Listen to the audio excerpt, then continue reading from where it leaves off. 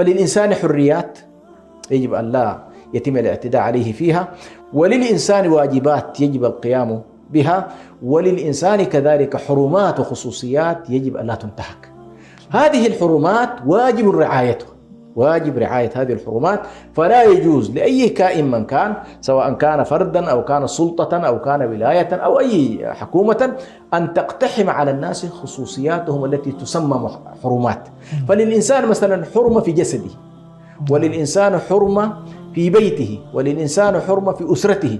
هذه الحرمات تندرج معنا على كثير منها في أنها عورات يجب أن لا تمس ويجب أن لا تقتحم.